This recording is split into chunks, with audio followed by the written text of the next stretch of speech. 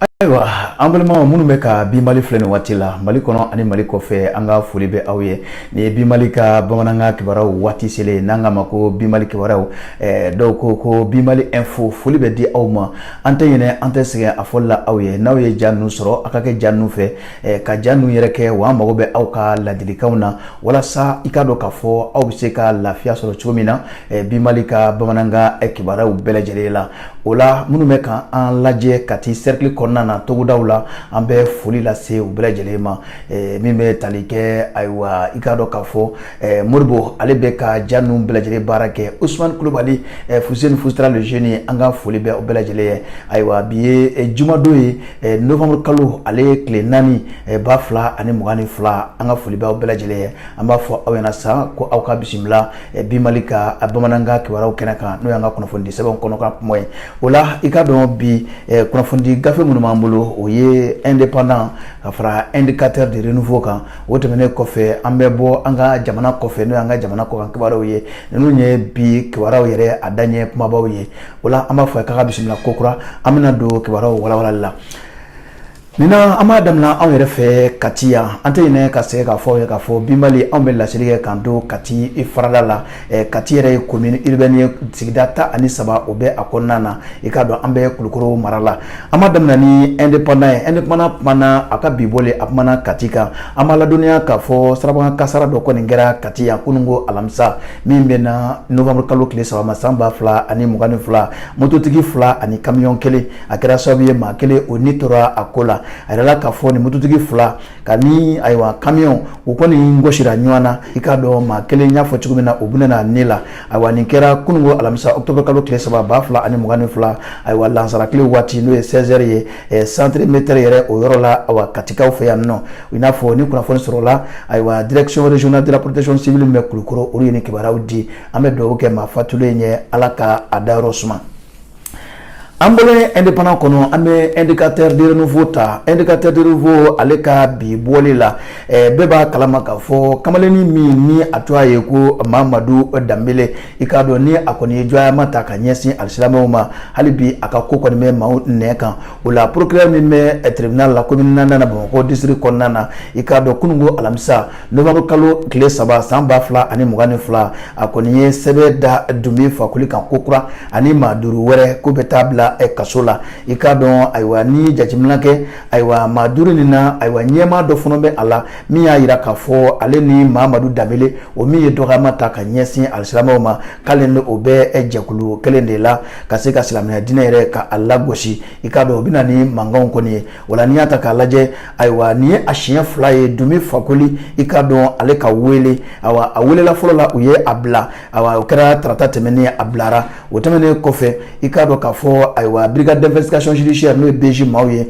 olu tun ye a wele tarata tɛmɛnen nka olu y'a bila ayiwa sen kɔni ko mandat de dépôt n'o ye ka sɛbɛn d'a kan k'a fɔ ko ani kaso ka kan nin sɛbɛnnikɛla in i k'a dɔn k'a fɔ ayiwa a minɛli min kɛra kɔsa in na o kɛra an ka ministre min ka jamana kɔnɔ min ɲɛsinnen an ka diinɛ kow ma o ye laseli min kɛ ka ɲɛsin Mamadu Danbele o min ye lagosi ta ka ɲɛsin a silamɛya ma i k'a dɔn ministre ye hakilina minnu fɔ ko Dunbi Fakoli a fana hakilina dɔw ta ne ka ɲɛsin ayiwa an ka diinɛ ministre ka taabolo ma o tɛmɛnen kɔfɛ Dunbi Fakoli i k'a dɔn a minɛli ayiwa 2nan in na ayiwa ko conseil islamique min bɛ anw ka jamana kɔnɔna na olu fana de ye sɛbɛn don n'o ye plainte ye ka ɲɛsin maa kofɔlen ninnu ma o de hukumu kɔnɔna na n'i ye jateminɛ kɛ ayiwa Dunbi Fakoli a ye laseli dɔw fana kɛ ka se k'a jira maa minnu bɛ a kɔ ko a bɛ brigade d'investigation judiciaire la a y'o laseli kɛ i k'a dɔn k'a fɔ o kɔrɔfɔkanna ma o tɛmɛnen kɔfɛ n'i ye a jateminɛ i b'a ye k'a fɔ Dunbi Fakoli o ko laseli kɔnɔna na o b'a jira k'a fɔ ko ayiwa jamana faamaw kɔni bɛ fɛ ka u bolo ale la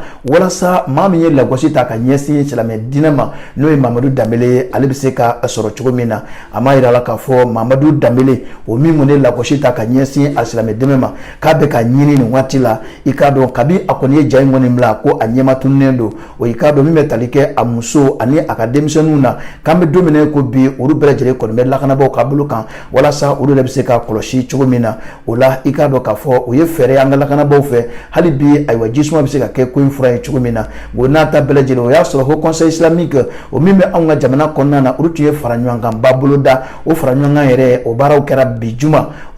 novembre kalo in tile 4 2022 boulevard de l'indépendance la i k'a dɔn k'a fɔ ayiwa selifana tile waati la ni ala sɔnna a ma sini an ka bamanankan kunnafoniw na minnu bɔra o kɔnɔna na an n'o da aw tulo kan i k'a dɔn nin ye YD ale ka kuma don indicateur de renouveau ale ka bi bɔli kɔnɔna na.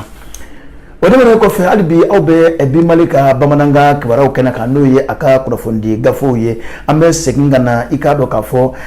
indépendant kɔnɔna na an b'a ladɔnniya k'a fɔ haki n'o ye haute autorité de la communication ye ayiwa i k'a dɔn jabaraninso min bɛ anw ka jamana kɔnɔna na n'o ye Joliba TV ye k'olu kɔni y'u ka baara sonsoro fɔ kalo 2 i k'a dɔn k'a tɛ tɛmɛ kalo 1 bonyanko kan fɛɛrɛ dɔw taara ka ɲɛsin nin jabaraninso in ma n'o ye Joliba TV ye haute autorité de la communication maaw fɛ n'u k'a ma dakuruɲa kelen ko hak nin kibaruya in dira minnu alamisa novembre kalo tile 3 k'a jira k'a fɔ i k'a dɔn k'a fɔ ayiwa nin cakɛda ye n'o ye haki ye ko kɔni ye a yamaruya k'a fɔ ayiwa Joliba TV ko a tɛna se ka ayiwa baaraw kɔni kɛ n'o ye jabaw ni ayiwa i k'a dɔn k'a fɔ baara tɔw ye fɔ kalo 2 a bɔɲɔgɔnko k'a tɛna se ka olu kɛ i k'a dɔn kabini kunnafoni in kɔni carinna min bɛ tali kɛ hinɛɲɔgɔnya la kunnafoni dira wɛrɛw fɛ olu y'u ta ka ɲɛsin Joliba TV maaw ma i k'a dɔn k'a fɔ n'i y'a ta k'a lajɛ ayiwa haki u ye nin kɛ a y'a jira k'a fɔ a ka programme n'o ye a bɛ baara min kɛ tile kɔnɔna na k'o baaraw bɛɛ lajɛlen nin y'olu sonsorolen ye fo ka taa fɔ ko kalo 2 dafara k'a sababu kɛ hakilina caman ye jɛmukan dɔ bɛ yen u bɛ o kɛ n'u k'a ma ko éditorial min kɛra septembre kalo tile 30 2022 min yɛrɛ i ka dɔn u ka ayiwa kunnafonidila dɔ bɛ yen n'o ye Mohamed Atayer Amidou ale bɛ jɛmukan in layɛlɛmaya i ka dɔn k'a fɔ an b'a da aw tulo kan i n'a fɔ kunnafonidilaw b'a fɔ cogo min na gafe kɔnɔna na i k'a dɔn ayiwa min b'a a baaraw ninnu kɛ n'o ye min bɛ a baara animé i k'a dɔn ko yɛrɛ tun bɛ fɛ o tun bɛ k'a ka hakilinaw kɔni di jɛmu kɔnɔna na o b'a jira k'a fɔ i b'a fɔ min bɛ tali kɛ ayiwa baara kunnafoni baara o sariya minnu bɛ yen nɔ a na kɛ i n'a fɔ u dɛsɛlen bɛ o ma nin ye kunnafoni ye Musa Bilal Sidibe ale de y'a kuma fɔ bi indépendant ale ka bi bɔli kɔnɔna na. O tɛmɛnen kɔfɛ an bɛ munumunu ko kura an bɛ na indicateur kɔnɔ indicateur ka bi bɔli an bɛ don ale fana kɔnɔna na bɛɛ lajɛlen b'a kalama o dogolen tɛ maliden si la k'a jira k'a fɔ bugunnatigɛ sɛbɛn n'o ye carte d'identité nationale ye i k'a dɔn k'a fɔ minisiri min b'an ka jamana kɔnɔ min ɲɛsinnen don a lakanakow ma ani adamadenw yɛrɛ kɔlɔsili ko a kɔni dimina f'a ye tabali gosi k'a sababu kɛ k'a bɛ ɲini ka kalo 3 bɔɲɔgɔnko bɔ bugunnatigɛ sɛbɛn n'o ye carte d'identité civile ye i k'a dɔn ko ale tɛ ka ye an ka commissariat de police la brigade de gendarmerie ani préfecture k'a tɛ ka ye yen nɔ o la o kɔni ko i k'a dɔn ko dɔw bɛ k'u dɛn o ko kɛrɛfɛ i k'a dɔn k'a fɔ ni ka se ka dɔ fara a sɔngɔ na k'a daminɛ 2000 la fo ka taa se 3000 ma ko carte d'identité bɛ ka di o la Mali yɔrɔ dɔw la nin cakɛdaw fɛ o la ministre min b'an ka jamana kɔnɔ min ɲɛsinnen don an ka lakanako ani hadamadenw kɔlɔsili ma maa wɛrɛ tɛ ayiwa i k'a dɔn ayiwa général Daoud Ali Mohamedine i ka dɔn k'a fɔ a ye laseli dɔ kɛ o laseli a seginna kokura ayiwa ni ka na o kɔni kan minisiri a ye a jira k'a fɔ i k'a dɔn an bɛ don min ko bi i k'a dɔn k'a fɔ ko ayiwa a kɔni bɛ jateminɛw na minisiri kɔni y'a jira k'a fɔ maa minnu bɛ nin waleyaw kɔni kɛ n'o ye ka se ka i dɛn carte d'identité kɔni tɛ ka sɔrɔ n'o ye carte d'identité civile ye o kɔni tɛ ka sɔrɔ nka minnu ma u dɛn ne ka dɔ fara a sɔngɔ kan k'u yɛrɛ kɛ maa ye a ko la i k'a dɔn minisiri dimina a ko la kosɛbɛ a y'a jira k'a fɔ ayiwa carte d'identité o tɛ ka sɔrɔ o tɛ se ka kɛ taabolo ye ayiwa dɔ ka se ka fara a sɔngɔ kan o la ministre de la sécurité de la protection civile a ye hakili jigin kɛ a ye a jira k'a fɔ ko an ka jamana kɔnɔ yan nɔ bugunnatigɛ sɛbɛn n'o ye carte d'identité nationale ye ko a sɔngɔ ko 340 don o 340 o tilalen don cogo min na o filɛ nin ye carte yɛrɛ o ye dalasi 200 ye timbre 100 ani 40 n'i y'a bɛɛ lajɛlen fara ɲɔgɔn kan ko 340 don a ye a jira k'a fɔ ko a tɛna hinɛ maa si la maa o maa bɛ yen nɔ k'a fɔ k'e kɔni bɛ dɔ fara ni nafolo kan i k'a dɔn ayiwa i kɛra ayiwa faama fɛn o fɛn ye i k'a dɔn ko a tɛna hinɛ ta ka ɲɛsin ma Daoud Mohamedine a ye nin kɔrɔfɔkan in fɔ a ye a jira ko kura n'o ye ministre de la sécurité de la protection civile k'a bɛ wele bila sigidaden bɛɛ lajɛlen ma i k'a dɔn k'a fɔ u ka jateminɛ kɛ nin bɛɛ lajɛlen la carte d'identité nationale a sɔngɔ ko la ni maa min ye dɔ fara a ko la ayiwa agent fɛn o fɛn bɛ yen nɔ i ye policier i ye gendarme ye walima i baara kɛ préfecture la ni kɔni sɔrɔ la a ko la k'i ni jalakili min ka kan ko bɛ ta ka da i kan o tɛmɛnen kɔfɛ ayiwa i k'a dɔn minisiri a y'i to a hukumu na k'a da bɛɛ lajɛlen tulo kan k'a yira k'a fɔ ni ala sɔnna a ma sɔɔni min bɛ tali kɛ ayiwa carte biométrique la carte nationale biométrique ko o baaraw bɛna sigi sen kan walasa ka se ka maliden bɛɛ lajɛlen kɔni lafiya carte d'identité ko la an bɛ dugawu kɛ sa i k'a dɔn ala k'a ko nɔgɔya o de ale de ye nin kuma fɔ bi indicateur ale ka ayiwa bi bɔli kɔnɔna na halisa an bɛ to indicateur kɔnɔna na an b'a da aw tulo kan k'a fɔ min bɛ tali kɛ Kayi mara la kɛrɛnkɛrɛnnenya an bɛ taa Kayi dugu min na sa o ye Kɛɲɛba ye Kɛɲɛbakaw fɛ yen nɔ i k'a dɔn olu kɛlen bɛ ka taamaba bolo da taama min na kɛ novembre kalo tile 21 nata san 2022 o la ko jɛrɛ jɛkulu caman bɛ yen minnu kɔni y'a jira k'a fɔ k'olu bɛna fara taamakɛla ninnu kan ni ka ko kɔkɔrɔ don ayiwa Kɛɲɛba u bɛna taama min kɛ novembre kalo tile 21 nata 2022 i k'a dɔn k'u diminen don ka sabu kɛ u ye laɲini dɔ kɛ lajɛ dɔ kɔni kɛra u ka dugujukɔrɔ nafa nɔfɛ n'o ye sanuko ye i k'a dɔn association wasatɔn fɛ ko u kɔni o laɲini tɛ ka sabati i k'a dɔn ko walasa u ka bila bolo kan u bɛna nin taamaba in kɛ novembre kalo tile 21 nata san 2022 a bɛ kɛ Kɛɲɛba walasa ka u ka nisɔngoya jira a ko la kosɛbɛ awa an tɛ tɛmɛ jɔkundɔmɔdɔ kan o wulikajɔba in na ko jɛrɛ jɛkulu caman bɛ yen minnu y'a jira k'a fɔ k'olu tɛna to kɔ a ko la k'olu bɛ fara a kan walasa a yanga bɛ se ka bonya awa nin wulikajɔ min filɛ nin ye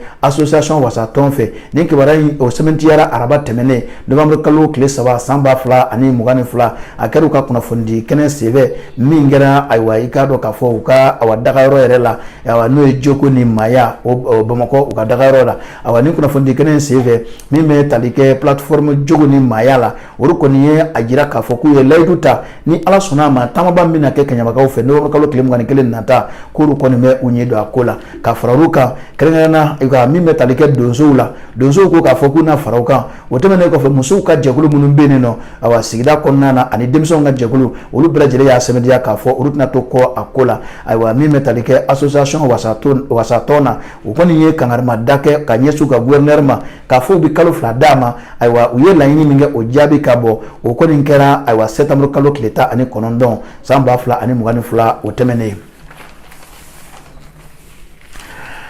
o tɛmɛnen kɔfɛ an bɛ segin ka na indépendant a kɔnɔna na an b'a ladɔnniya k'a fɔ walasa ayiwa sɔrdasiw ka kiiribulon ka kɔkɔrɔ don i k'a dɔn ayiwa magistrat 4 sɔrdasiw la olu kɔni y'u kali i k'a dɔn nin jɔ kɔnɔna na cour d'appel min bɛ Bamakɔ kɔnɔna na ale kɔni kɛra ni lajɛ kɛyɔrɔba ye araba tɛmɛnen novembre kalo tile 2 san 2022 ka da kan min bɛ tali kɛ ayiwa kiiribulon baarakɛla 4 sɔrdasiw la n'o ye magistrat kura 4 ye olu kɔni y'u kali maa minnu don u filɛ nin ye capitaine Zumana Tangara ale bɛ a la lieutenant Bubu Ogumane ka taa se lieutenant Drissa Konate ani lieutenant Madu Kane ninnu bɛɛ lajɛlen kɔni y'u kali k'a fɔ u bɛn'u jɔyɔrɔ fa kosɛbɛ sɔrɔdasiw ka kiiriko la olu ye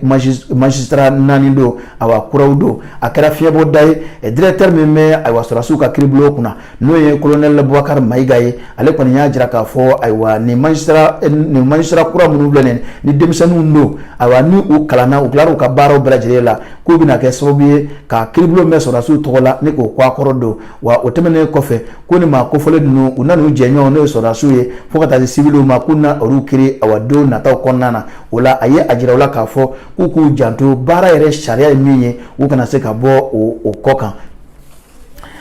nin bɛɛ lajɛlen kɔfɛ sa an bɔlen an ka jamana kɔnɔ yan an bɛ taa ayiwa diɲɛ fan wɛrɛw fɛ an bɛ taa Laginɛ jamana kɔnɔna na an b'a jira u la k'a fɔ Laginɛ jamana kɔnɔ k'u ka ayiwa farajɛla fanga maa ɲɛmaw olu kɔni ye yamaruya di k'a jira k'a fɔ u ka jamana ɲɛmaakɔrɔ min bɛ yen n'o ye Alpha Condé ko ka ayiwa sɛbɛn kɔni d'a kan a ka se ka kiiri ka kiiri i k'a dɔn o tɛmɛnen kɔfɛ